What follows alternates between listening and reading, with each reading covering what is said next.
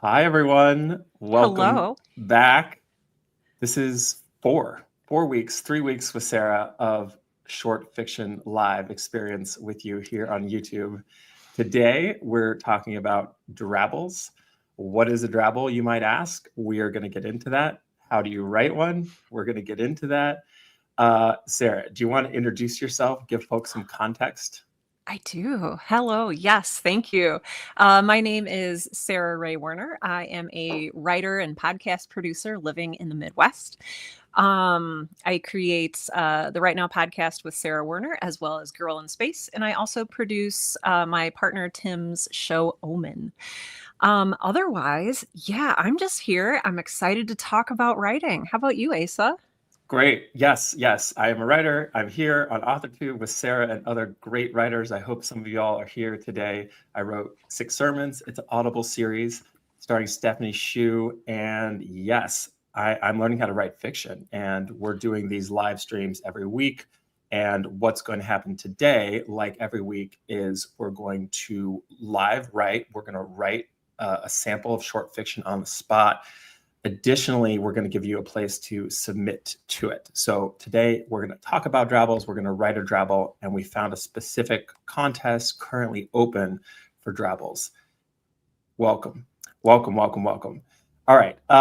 So we have a cool little presentation. So I'm going to put it up. You're so fancy. Stand by.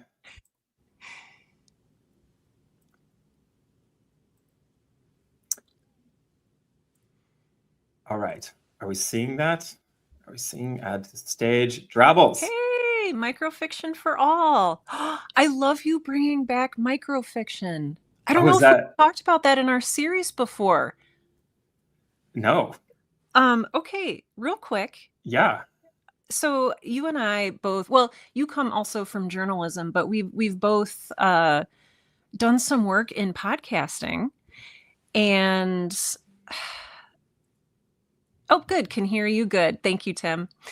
And my good friend A.R. Olivieri started doing these little 1-minute podcast episodes that they were calling microfiction. And so I don't know, it's just Great and Terrible is one of the ones that I remember. But you do, like, as normal with a podcast episode, you do the intro, you tell a 1-minute story, and then you have an outro. And it's just, I think it's a really cool, if you're looking to create something and you don't have a lot of time, that's a great way to do it. Definitely. Drabbles definitely fall into that. The case for writing a 100-word story is just that. It's an opportunity to practice, create something quickly. I think the big thing that's different about drabbles from my sort of early understanding of this form is that, unlike, say, poetry, where we have the same concision, in a drabble, there's still a story. There's still a beginning, middle, and end. And that is kind of the name of the game. We're going to look at an example today of a very great drabble, break it down. The last point on here is that, yeah, you can publish these. There's a contest that we're going to submit to about ghost ships. We're going to tell you about that. And that's just another, you can write a lot of drabbles quickly. So that's what we're going to try. Yes. All right. Moving forward, the case study. Okay, so the delightful Charlotte O'Farrell has offered to share her story. I reached out because I found this great drabble by her. This particular drabble was published by the same place that now has the open call. So it's a nice reference for us, and it's a great drabble that we can analyze. Here's the story in its totality. Do you want to read it for us, Sarah? Boy, I sure would. This is called Inheritance. All my life, Uncle Harry's name was spoken with a pitying hush. He never recovered from his son's disappearance. He lived 30 years after my cousin vanished. Harry was never at family events. Maybe he avoided them, maybe he wasn't invited at all. People think grief and tragedy are contagious. He left me his house, surprisingly. I was thrilled. His garden would be perfect for my dog, Fluffy. The first day there, Fluffy dug for hours. I called him in at sunset. He emerged from the flower patch with a tibia in his jaws. Degraded, child-sized bones littered the garden. Love, love. This is so great. Okay, so folks, I'm curious, would love your input as well here on what's working for you in this drabble. Why is effective? Is it not effective for you? Um, you know, what I love about this is that it includes a twist very effectively. The kind of story sets itself up and then surprises us in a really exciting way. And so, yeah, I think that's like a lesson here that I'm learning about drabbles, that all the kind of normal plot things, moves and sort of jumps that you can do are fair game, even though there's 100 words. Right. What do you notice here, Sarah? Well, I know that I noticed something very similar. It's so tempting to write a vignette, which is something that does not have a narrative arc. It doesn't have a beginning, middle, and an end. This is I feel like we could draw a grid over this and it would be like mathematically precise with like when each beat hits, which I really appreciate. We have the setup, we have the sort of act one, we have act two, which is Fluffy digging for hours, and then act three that has the twist and leaves us with this. Again, this is something in short fiction that can be so powerful, is the opening line and the closing line. And this is especially true if you only have 100 words. And so I really appreciated that. One of the other things that I really love in microfiction and flash fiction and short fiction in general is the power that the title can have as well. The name of this story is Inheritance, which, obviously the home was inherited, but also it kind of speaks to a darker, like what else has the storyteller inherited, perhaps from Uncle Harry, that might be an issue moving forward. So I think that it really nails some themes too. The storyteller, the narrator's unnamed in this. So the narrator talks about grief and tragedy being contagious, dot, dot, dot. But what else might be contagious? What else have you inherited? I think just thematically, it's just really compact, it's really powerful, and it's really effective. Yes, I second all of that. I think a line like people think grief and tragedy are contagious, kind of a little like one-liner like that, I think really Yes. works. I think you can kind of get away with that in a drabble. There is that poetic license where you can kind of reach for identifying something as grief and tragedy are contagious. I think there's room for that in this form. And I totally agree. Just the precision of the first sentence and the last sentence. I think this is like great examples. For those just hopping in, this is Inheritance by Charlotte O'Farrell. I reached out. She was thrilled. I said, "Hey, I love Inheritance. Can I share it?" She said, "Oh my God, yes." So here we are reading her story. Charlotte, if you're watching, thank you. Thank you. Yes. Okay. So one thing that I learned was that drabbles have to be exactly 100 words, not a 100 word limit. So Right. and I'm putting you on the spot here, Sarah, and I'd love also if we have any seasoned drabblers in the mix, what counsel would you give if you find yourself at 93 words? Mm. And you've got to, normally we're omitting needless words, we're refining. If we need to add, how do we approach that? If we need to add anything, we're at 93 words. I would step back, look at the piece as a whole, and ask yourself, what is the theme here? And what else can I do to make this just more powerful? What can I do to make this hit a little harder? This is just me personally. This is not, you must do this in this situation. But as a writer, I would take those last 7 words and think like, what is the most punch I can create with these 7 words? And I might even go through the existing 93 words, take out anything weak, and then whatever's left, just make it as punchy and powerful as possible, because every word in this story is 1% of the story. And that's a lot of percent, when we're talking about a narrative piece. So yeah, I think that the most effective thing you can do is to make it hit hard. And that doesn't have to be horror, it doesn't have to be macabre, it can be comedy, it can be a tiny romance, it can be a memory. But as long as it has that narrative structure, you should be good. Yes, yes, I agree. I agree. I think my contribution there would be that because it's so short, intrinsically, it's already going to be kind of flat and Mm, two-dimensional, and just a little detail is going to expand it outwards. And just mm. adding one reference to Main Street or my cousin immediately kind of just stretches everything. So I guess that would be one thought that I had when I was asking myself this is like, what would I do? It's like, can I expand the world of the story, both literally and kind of literarily, to like so that it encompasses more in this 100 words? Yes, I love the literally and literarily. That's primo. That's very good. Oh, Jimmy has a thought here. Oh, Don't write to 100 words, write to mm, 125 or 200 and edit back. That forces essential choices you. I think that's a great instinct. Yeah. yeah. I mean, that's how we know how to edit. It's like Mm. distilled to the essentialness. So, if we go farther than that, then our task is going to be more focused instead of inventing, tempting you to And it's add. harder. Yes. I Yeah. think it's harder to cut out those words than it is to find new words to add. Like words, our brains come up with words like popcorn, but yeah. Great. I'm going with this metaphor. I was like, and throwing some of those pieces of popcorn in the trash, but I don't know where I was going with that. We So want the popcorn. I want it all, but you can't have it all. You have to We murder some of your darlings. So yes. Great. Jimmy, your sentiment is echoed by the chat. All right. So this week's submission opportunity moving forward. So as promised, we have a specific home for your future drabble. This particular competition will be publishing 12.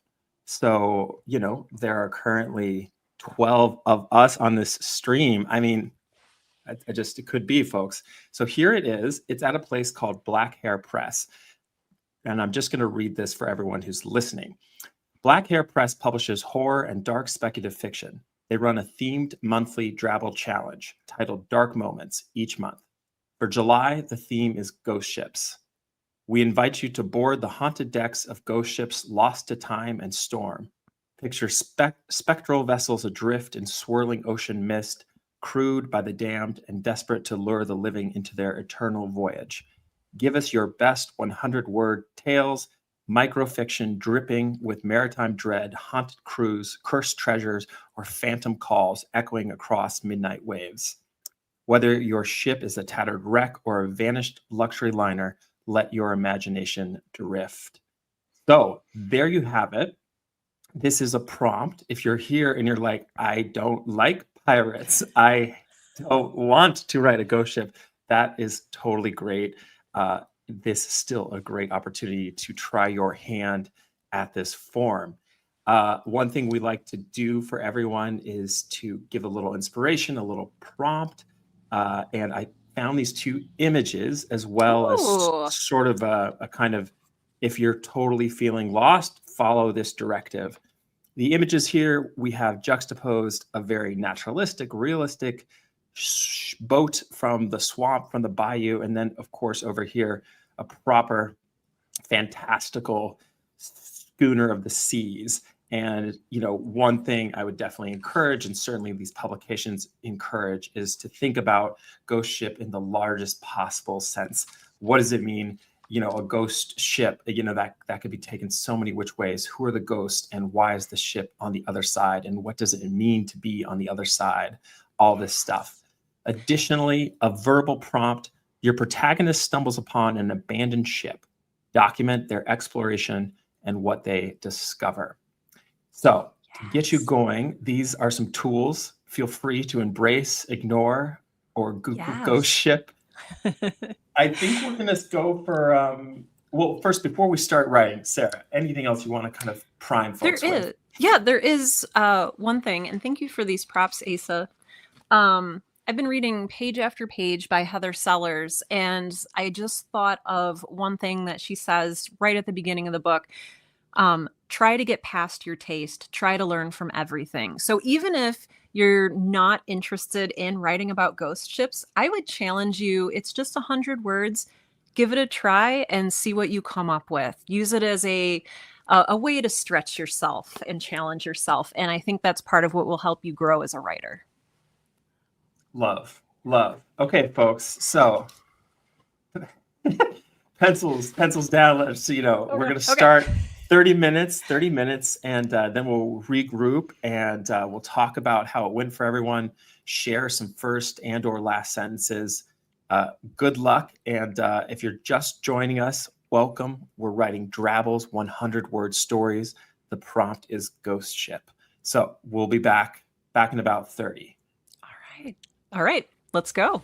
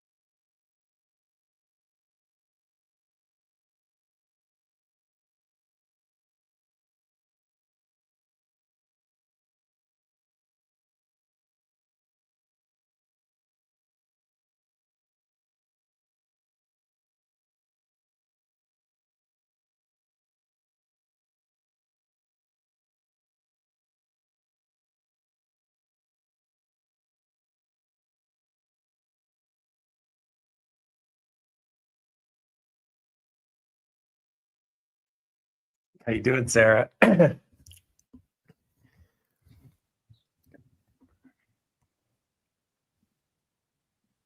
we go. Doing pretty good. I got 128 words. How about you? Okay, so who was it? Jimmy. Jimmy, this is your strategy in play. Yes. Earlier, Jimmy proposed overshoot and then edit down. So I was going by hand. So I don't Yes. I don't have a word count. I don't have a word count, but I definitely went over for sure. It's just a question how much. Narrative vault hit the nail on the head apparently with 100 words. Congratulations. That's great. I'm impressed. This was harder than I thought it would be. This was harder. This one I really treated differently. Can I tell you about my experience of the last half hour?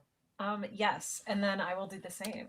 Okay, great. I love. So for this one, I started by brainstorming a little bit.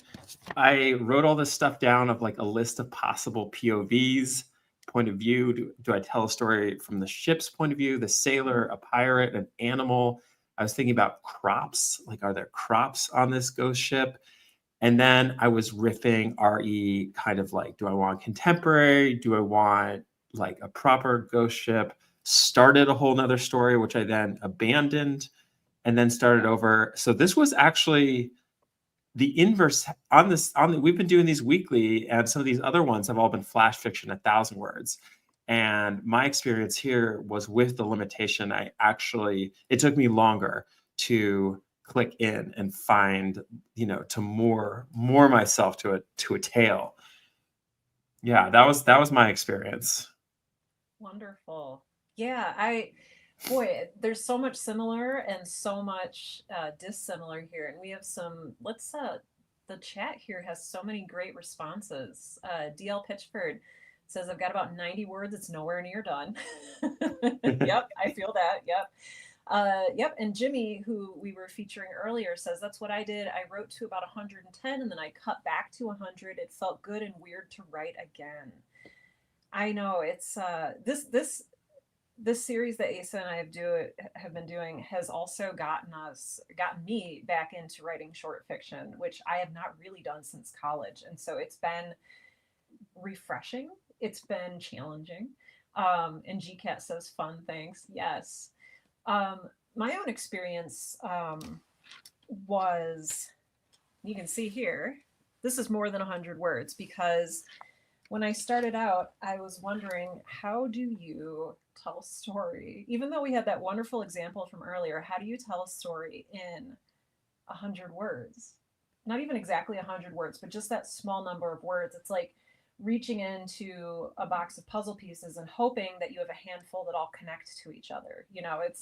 It was definitely a challenge. And like, it really, if you're an overthinker like me, you're wondering at that point, like, what is a story? What is a narrative? What is a plot? What does it mean to have a character? And I'm not a planner. So Asa, I love that you just like, you went through and you were like, okay, point of view, characters. Okay. For me, I was like, what is words? And so I just started free writing. And this is generally this is how I work because this is how my brain works. I just did some free association writing at first. And so I just started writing, it all seems fairly straightforward. An abandoned ship, save for ghosts and maybe some rats on a stormy sea. And I kind of went from there and walked myself into a story that I actually think is I'm not going to say it's good. I'm not disappointed. How about that? That's a huge threshold. Are you up for sharing your first sentence? I am. GCAT says I didn't get past the basic idea. I think that's okay. I mean, if you want, you can keep working on it. But yeah, the basic idea in such a short story, the basic idea is kind of all there is. Like, it's kind of a tease. It's like you're just reading what you would on the inside of the book flap. This is you're reading the Cliff's Notes. DL Pitchford says that puzzle piece analogy is so good. That's absolutely what this felt like. It was challenging, yeah, and even knowing that I could overwrite and cut out later still felt strange. So yes, I am going to read you my first sentence here. Again, we only had 30 minutes, so be kind. So the name of my story is Again, Again. The children rush down from the top of the lighthouse, scrabble over the rocks, even in the storm. I saw it, they scream, and where'd it go? So that's the Great. first. Yes. Love that title. Yes, that feels very like 18th century, kind of like Penny Dreadful, if I'm Oh getting my that gosh. century right. Like Really? yeah, big That's time. exactly that's exactly what this is. Are you Okay, kidding? well, Wow. it's Okay. giving that. It's giving that. I love it. Yeah, I'm seeing What some about kind of you? old school font. Okay, well, I'll read Yeah. two Yes. and from one from the abandoned story and one from the Okay. continued. And Yeah, we'll I'm curious to see. see how they're different. Yeah. Yeah, so I found myself getting in my head too about trying to achieve something conceptually novel, you know? So I think that's why I had these false starts. This is one of the sentences. It takes 3 generations to forget us, so we only come up when daddy says. Oh. So that's one. And the other Oh. says, like, we all know what happens when you follow paper boats down storm basins. We all know what happens when you follow paper boats down storm drains. So Jackson should have known he had it coming. That's so good. Those are so Yeah. punchy. Those are so, they feel so direct. Like, I feel like those are arrows pointing toward your final sentence. And I feel like that's really good to have in such a short piece. Yeah, I think so. I mean, that is a tip for all of us here as we prepare our submissions is that yes, that the first and last sentence are in conversation with each other, because particularly in these drabbles, the echo of the first one will still be reverberating by the time we read the last syllable, you know. Well, I feel like in that first one you shared, you already had an echo going because it takes 3 generations. Like, you kind of hint at like this huge story that comes before. Yes, that Which was is another great. like little problem to crack. I found, you know, like right, it almost I found myself doing that with these stories, like having stories within stories, which is almost like a deliberate kind of like, all right, I only have 100 words, so I'm going to automatically sort of whatchamacallit, matryoshka doll this thing, Oh yeah, yeah, you yeah. know. So that's what I found my yeah. So I'm just Layers, like donkey. the revision here. Does anyone else have a first sentence they want to share? Narrative vault. I know you finished G cat. I know you didn't get past the basic idea. Do you want to share your first sentence? DL Pitchford. Well, I love that basic idea. GCat says it's a toy at the bottom of a pool. Yes. So it's the tiniest ghost ship. I wonder if it Okay. has like, what were those little peoples called growing up, like weebles? No. Do you know what I'm talking about? Like the Like the little Fisher toys. Price little, and they have I big round heads. yes. Yeah. Exactly. No. Yeah. That I went. I ended up going that direction in Did both you? stories. Again on some like I have to like reinvent the ghost ship. So but I the in the one that I committed to, I stuck with a rowboat, just a rowboat that a little girl drowned on, and that's my ghost ship. You know, trying to go small, trying to go small with it. GCat says no real first line. That is okay. I feel like what Asa was saying about like this pressure to come up with something. I don't remember if you said unique or innovative, but so you have the limitations you're working here are ghost ship as a topic, 100 words exactly. And then how do I reinvent a story, or like how do I tell a story that's never been told before in a way that's never been told before? There's so much pressure there. So we've got narrative vaults, experienced Okay. sailors. Oh, do you want to read it? No, go. Okay. Narrative Vault says experienced sailors John Wallace and his sons motored out of Miami in their 36-foot Panda sailboat for a 10-day cruise to Bermuda. Oh, I know where they're going. Is it triangle shaped? I hope so. Loving the specificity of a I love it. 36-foot I Panda love it. sailboat. And Have that no really idea what opens. that is, but I Oh, I love. don't either. Sorry, I get excited and then I talk. No, go on. I was gonna say I love the 36-foot Panda sailboat specificity, and I hope that you bring that around somehow. and continue on with little details that tell a larger story. I really love that. Jimmy says, wait, I did the same kind of thing. Jimmy, would you care to elaborate? I would love to know more. The same kind of thing with the toy at the bottom of the pool. Oh, the first line. Yes. Jimmy says, my first line, the lake is ugly at night. That's great. You're already subverting what we expect. You know, any story you read, I'm going to say probably, and Asa, correct me if I'm wrong, I'm going to say at least 95% of the stories you read that feature a lake, a body of water, they're all going to talk about how beautiful it is. And, yeah, I think this is great. I think that's such, yeah. Not only is the instinct, I think, often towards, yeah, something beautiful, but the way the lake is described in this sentence is like very not like you might describe. I'm trying to think what else. It's so conversational. I'm definitely intrigued by this. Yeah, like this sentence. Ew, that fence is ugly. Like the fence and the street lights shining on. It's like covered in ivy and it's all cracked. And it's like, no, this is like a lake, and the lake is ugly at night. Which, that's so good. That's such a good subversion. Oh, Narrative Vault owned a 36-foot Panda sailboat.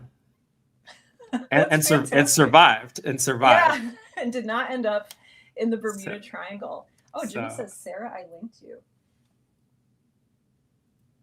Oh, wait, I probably shouldn't All right, let's see here. Okay. There we go. I'm going to queue up the standby, everyone.